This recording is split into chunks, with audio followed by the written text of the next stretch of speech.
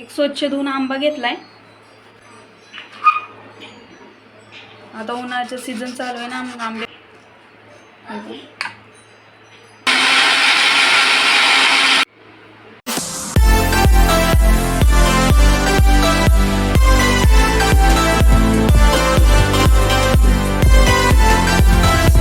स्वच्छ धुवून आंबा घेतलाय. त्या अशा प्रकारे कट करून घेतला.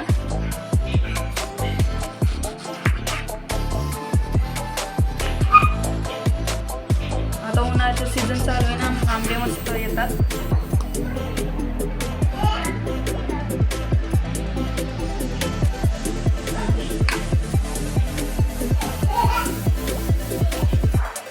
आता आपण साखर वाटली ना, त्याच भांड्यामध्ये ना आंब्याचे ना असे कट करून ना काप टाकायचे आणि मिक्सरला लावून घेऊ आपण. प्रकारे मी सगळ्या आंब्याचा ना गर काढून घेतलाय. आपण हे मिक्सरच्या भांड्यातून टाकून आता वाटून घेऊ. हे बघा, अशा प्रकारे ना एकदम बारीक स्मूथ पेस्ट करून घ्यायची.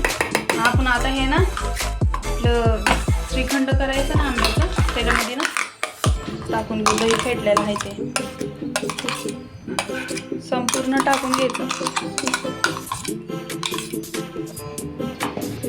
आता हे पूर्ण आंब्याचं आणि दह्याचं ना सगळं फेटून घेऊ. मिक्स करून घेऊ मस्त पैकी.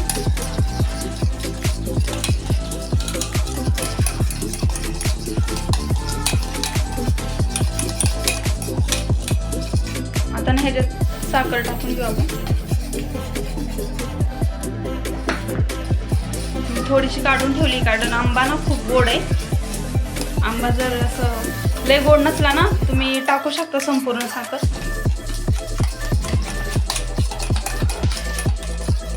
याच्यात काजू बदाम नाही, शक्यतो नाही टाकत, पण तुम्हाला आवडत असले तर तुम्ही टाकू शकता. आता आपण ना थोडंसं जायफळ खिसून टाकू ह्याच्यात.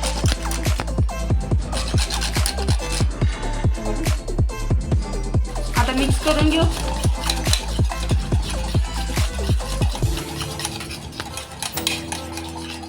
अशा प्रकारे ना आपलं घरच्या घरी आम्रखंड बनवून तयार होतं. मार्केटमधून आणायची गरज पण पडत ना. मार्केटमध्ये काय माहित किती दिवसाचं बनवलेलं असतं. आपल्या घरच्या घरी मस्तपैकी ताजं ताजं. चला आज बनवूया आम्रखंड एकदम सोप्या पद्धतीत.